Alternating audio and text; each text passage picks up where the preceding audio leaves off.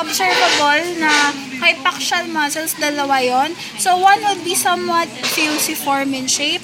So, this is the rectus abdominis. And then, the other one would be the lateral hypaxial muscles, the external obliques. Yan, pareho sila. So, for the rectus abdominis, please note that it would be divided by two tendinous lines. One would be bisecting the rectus abdominis into equal left and right halves. Okay, nakikita nyo ba? Yes, Hindi masyadong prominent sa inyo, no? Ayan. Pero this is the linea alba. And then the another one is your inscriptionist na hindi ko makita masyadong. Hindi ko siya ulit. This one. Okay. Nakita niyo yung line? White line? This is the inscriptionist tendinae na reflected to the other side dun sa partner niya. Okay? Nakita niyo yan? Ito yung other part. Tapos pa ganun. Hindi po ako nag-imagine. Meron po talaga siya. Okay? Yung pa ganun ba? Yung pa ganun siya. Medyo parang pa V.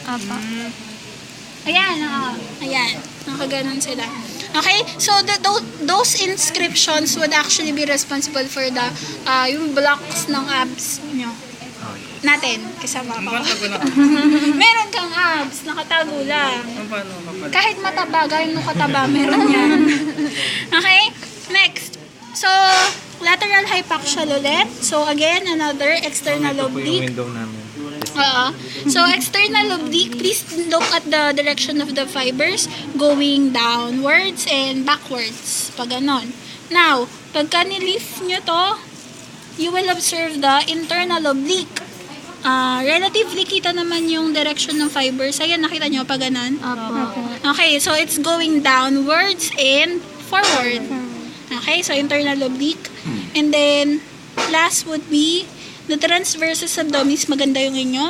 Okay, tignan nyo yung direction ng muscle. Saan mas kapareho? External, internal? External. Medyo. Pero please take note the gravity of the obliqueness of the fibers. Hindi masyado ang transversus abdominis or transverse muscle. It's just going ventrally and slightly posteriorly. Okay? So, okay na yan. Hypaxial. Next, epaxial muscles. So, for epaxial muscles, buti na lang na-expose nyo na. Although, Kulang. hindi, ito, pwede na to. Okay, so for the epaxial muscles, okay, please take note that the dorsal region would have two epaxial muscles. Okay, the epaxial muscle longitudinal, okay, longitudinal bands. So, it's stretching from the hip regions toward the neck region. Okay, so yung epaxial muscle sa lumbar area, this one, would be comprising of the following: multifidus spinae and sacrospinalis. Si multifidus spinae is closest to the midline, okay? Ito yung, saan na yung buto? This one, nakita nyo yun? Those would be the spines. Okay? And then, closely adherent to the bones. Natatakluban ng ano nyo. Okay? Wait lang. Ayan, this one. Ito, medyo malaki na yung na-expose. Is the multifidus spinae. The other one is the sacrospinalis. Kaya lang, si sacrospinalis, tignan nyo, divide into 1, 2, 3. Tama? Opo. Okay, so, meron pa silang anim pa. So, this is the median bundle of the sacrospinalis. These are the lateral bundles in last two. Si lateral bundle, specifically, this is the upper lateral bundle. And then, the other one would be the lower lateral bundle. Okay?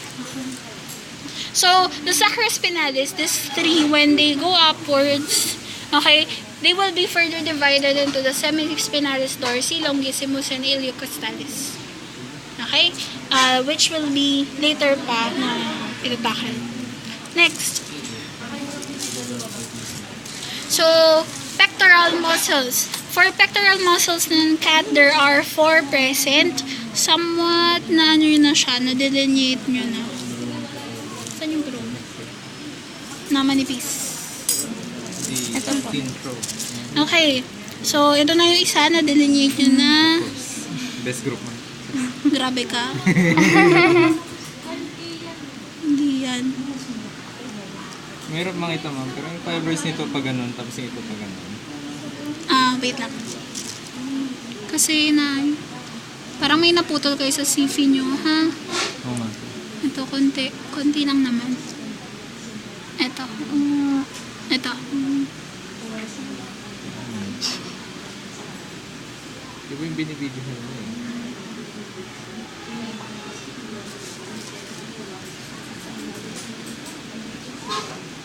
Ayusin nyo na lang yung demarcation, ha? Yan. So, 1, 2, 3, 4. Okay? So, this is the pecto antebrachialis. Yung medyo horizontal yung orientation ng paired muscles. And then, pectoralis major, triangular muscle, ha? And then, pectoralis minor, triangular din yan. Okay? So, and lastly, the sciphiomedalis. Please take note, sciphiomedalis attached to the sciphisternum going to the humerus. Di ba nandun si humerus? Ito.